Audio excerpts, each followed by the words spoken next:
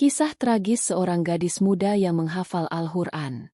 Assalamualaikum teman-teman terkasih. Dalam video hari ini, kita akan membahas peristiwa suci dan penuh pengabdian dalam kehidupan seorang gadis muda yang menghafal Al-Quran.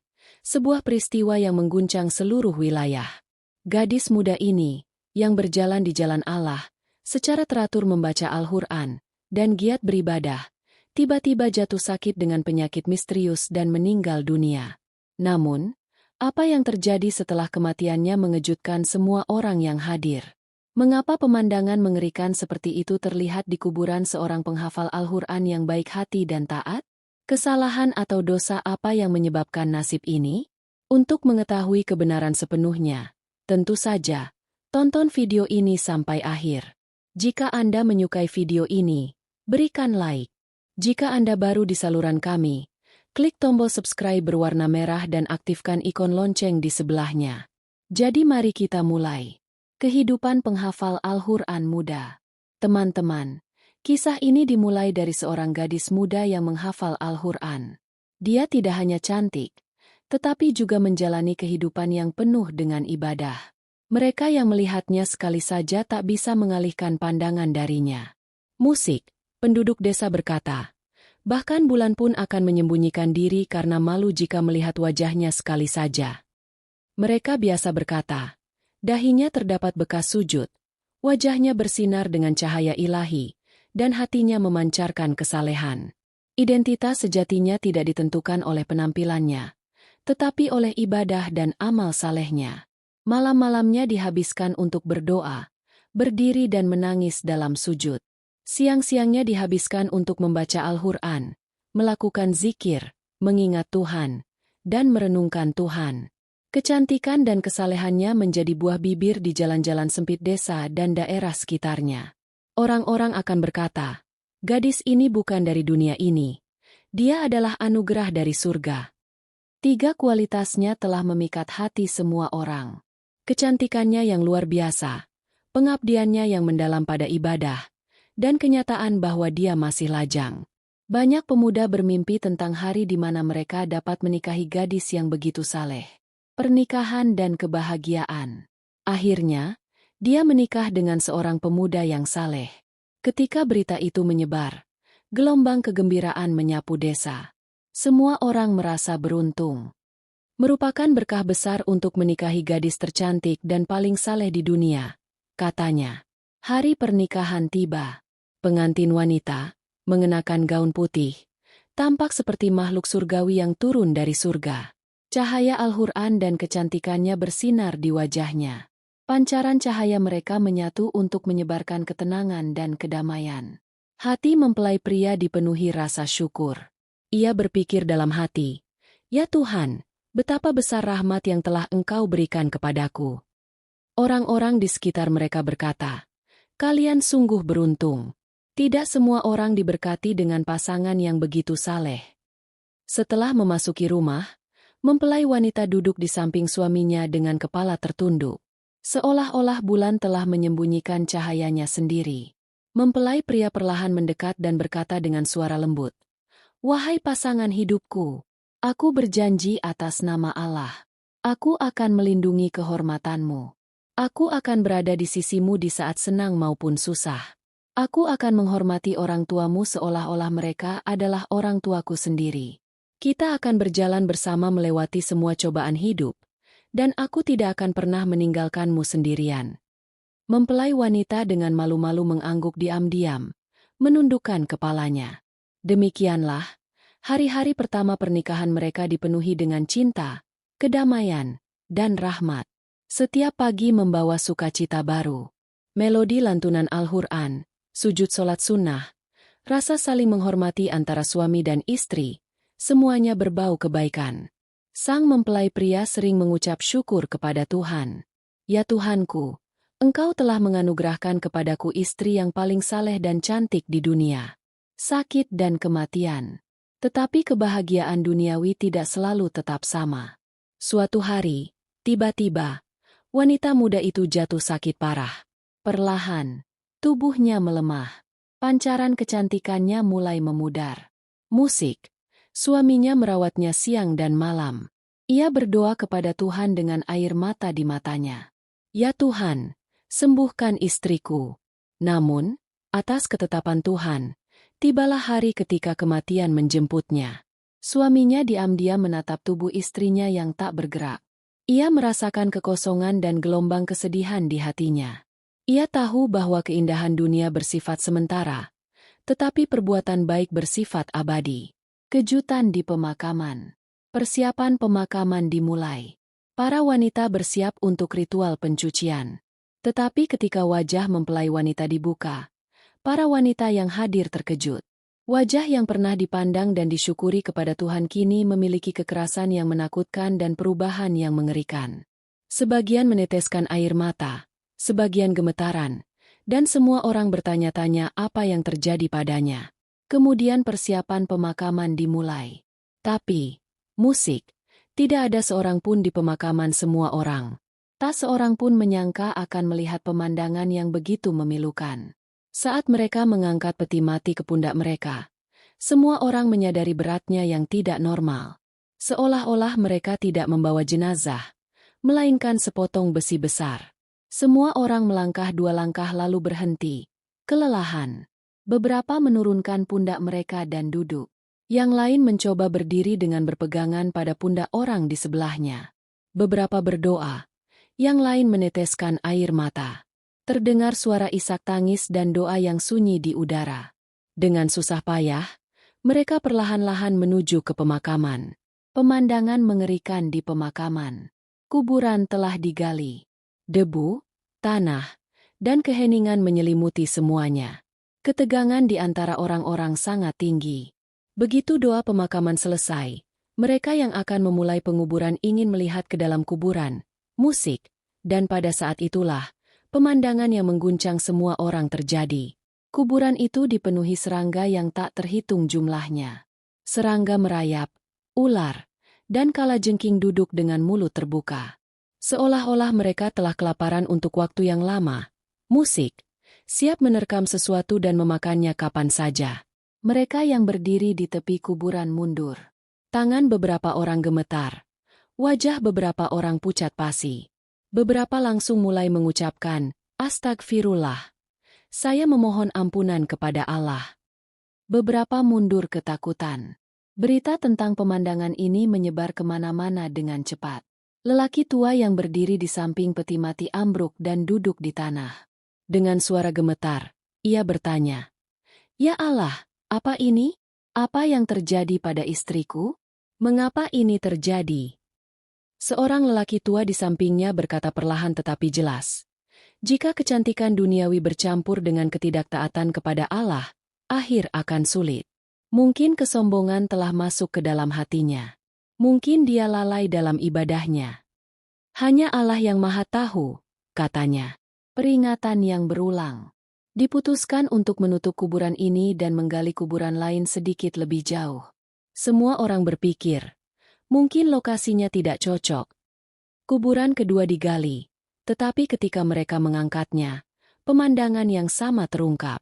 Serangga, ular, dan kalajengking duduk dengan mulut terbuka, seolah-olah mereka telah kelaparan untuk waktu yang lama dan akan menerkam sesuatu dan memakannya. Jeritan terdengar di sekitar pemakaman. Beberapa berlari menjauh, beberapa membeku, beberapa menangis. Namun, dengan mengumpulkan keberanian, kuburan itu ditutup kembali, dan kuburan ketiga digali. Kemudian, situasinya sama di mana-mana, hingga kuburan keempat, kelima, keenam, dan bahkan ketujuh. Seolah-olah peringatan yang sama tertulis di setiap kuburan. Berhenti, perhatikan. Orang-orang terkejut. Bisikan-bisikan terdengar. Bertanya-tanya apa yang harus dilakukan sekarang. Tepat saat itu, lelaki tua itu berkata, "Tidak peduli berapa banyak kuburan yang kalian gali, kalian akan melihat situasi yang sama hari ini. Ini adalah tanda hukuman dari Tuhan. Kalian harus mengubur mereka. Lebih baik melakukannya apapun yang terjadi. Jika kalian menunda, ketakutan dan kepanikan hanya akan meningkat." Waktu mengangguk dengan gemetar. Sebuah keputusan dibuat dengan cepat. Tidak ada lagi kuburan baru. Penguburan akan dilakukan. Kemudian tanah mulai ditimbun. Dalam kesibukan itu, beberapa orang melafalkan doa, yang lain menundukkan kepala dan menangis. Ketika penimbunan selesai, banyak yang melarikan diri dengan cepat, tanpa menoleh ke belakang. Seolah-olah semakin cepat mereka meninggalkan pemakaman, semakin baik. Tepat saat itu, suara sang suami, bercampur dengan rasa takut, berseru, "Berhenti! Semuanya tunggu sebentar." Orang-orang yang tadinya berlari berhenti. Mereka menyeka air mata dan berkata, "Dengarkan sesuatu sebelum kalian pergi. Kalian perlu tahu alasan penderitaan yang kalian lihat di dalam makam istriku. Tidak ada yang bisa mengambil pelajaran jika kita tidak tahu kesalahan apa yang menyebabkan akhir ini," katanya. Orang-orang berkumpul lagi.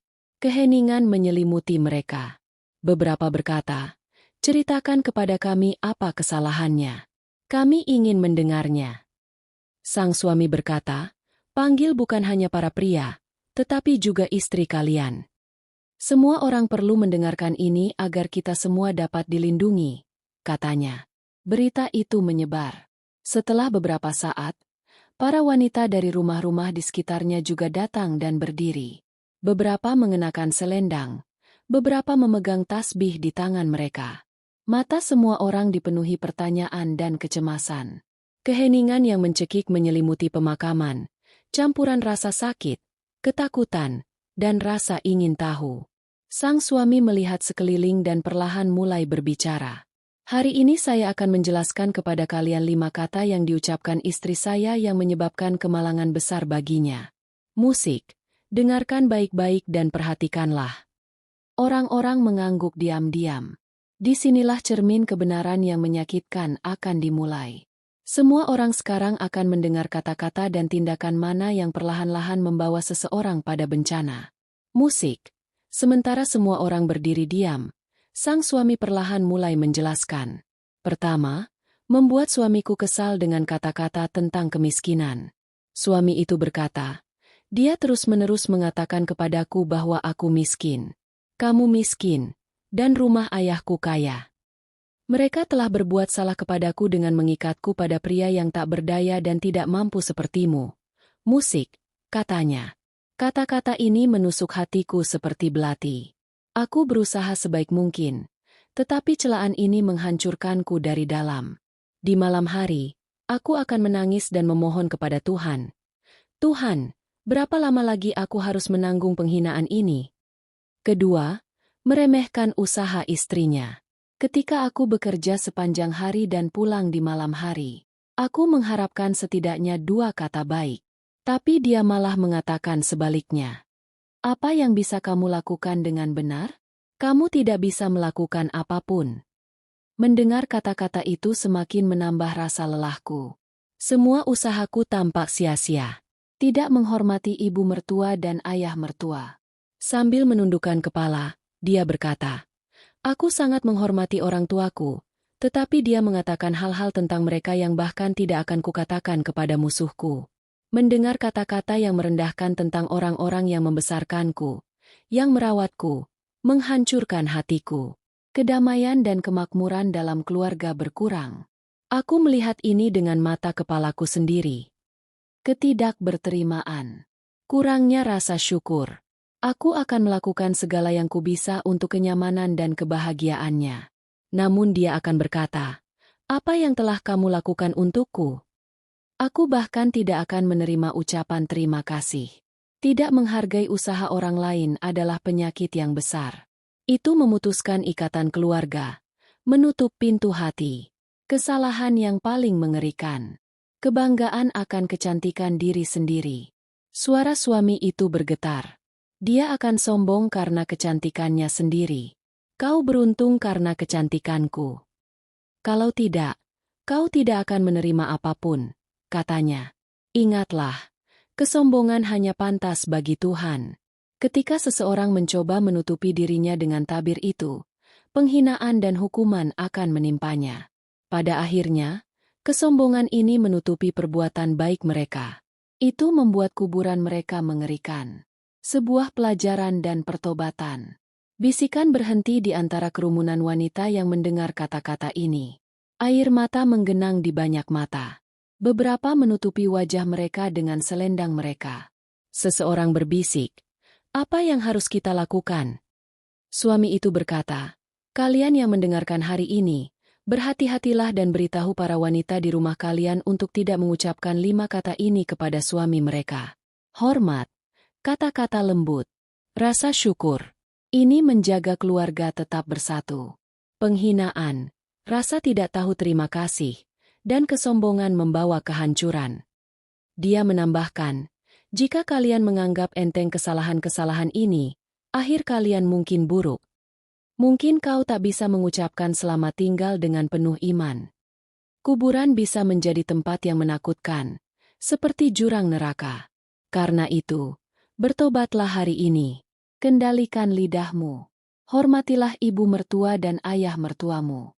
Hargailah usaha suamimu dan janganlah sombong dengan kecantikanmu. Kecantikan itu fana, tetapi amal baik itu abadi." Suasana di pemakaman menjadi berat. Para pria menundukkan kepala. Para wanita diam-diam menyeka air mata mereka. Beberapa mulai memutar tasbih mereka dengan iringan musik. "Astagfirullah, aku memohon ampunan kepada Allah," terucap di bibir mereka. Semua orang berpikir dalam hati, entah adegan di kuburan itu nyata atau tidak, kita tidak boleh melewatkan pelajaran hari ini. Jalan kembali akan dimulai dari sini. Kemudian sang suami memandang semua orang untuk terakhir kalinya dan berkata, "Bawalah pelajaran ini pulang. Ceritakan kepada semua orang di keluargamu. Jadikan hari ini sebagai hari perubahan." Keheningan yang aneh menyelimuti seluruh pemakaman setelah kata-kata terakhir sang suami. Para pria dan wanita tampak tenggelam dalam pikiran masing-masing. Mereka tersesat. Beberapa menarik selendang mereka menutupi wajah mereka. Musik. Beberapa diam-diam menghitung tasbih mereka. Yang lain memandang kuburan dengan mata berkaca-kaca. Ada semacam aroma kesedihan, ketakutan, dan penyesalan di udara. Ada air mata di mata para wanita, dan tekad di wajah para pria. Mereka akan mengukir pelajaran hari ini dalam pikiran mereka dan pergi. Saat mereka meninggalkan pemakaman, semua orang mengucapkan kata-kata yang sama. "Mulai sekarang kita akan lebih berhati-hati. Kita tidak akan mengucapkan hal-hal yang menyakitkan. Kita akan saling menghormati." Setelah perubahan dan kepulangan ke rumah, banyak orang di desa mulai memikirkan kehidupan mereka sendiri. Sebagian meminta maaf kepada istri mereka. Sebagian pergi menyapa ibu mertua mereka. Sebagian lagi bertaubat dalam diam kepada Allah dengan air mata di mata mereka. Sejak hari itu, perselisihan rumah tangga di desa berkurang secara signifikan. Hubungan dengan ibu mertua dan ayah mertua menjadi lebih baik dari sebelumnya. Dan kuburan gadis muda itu, seorang penghafal Al-Quran, tempat kejadian mengerikan itu disaksikan, menjadi pelajaran dan pesan peringatan bagi seluruh wilayah. Saudara-saudari, inilah kisah hidup dan kematian gadis muda yang suci itu, seorang penghafal Al-Quran, dan kebenaran mengerikan yang mengikutinya. Ini adalah pelajaran besar bagi kita semua. Kecantikan, kekayaan, atau kesombongan dunia tidak akan berguna di dalam kubur. Hanya amal saleh, perilaku baik, dan keridhaan Allah yang akan kekal selamanya. Karena itu marilah kita semua menahan lidah kita. Marilah kita menjaga cinta dan rasa hormat antara suami dan istri. Marilah kita menunjukkan rasa hormat kepada ibu mertua dan ayah mertua kita. Marilah kita menghindari kesombongan dan rasa tidak tahu berterima kasih. Semoga Allah memberi kita semua kemampuan untuk berjalan di jalan yang benar. Semoga Dia menjadikan kita sukses di dunia dan akhirat. Dan semoga Dia melindungi kita dari siksa kubur.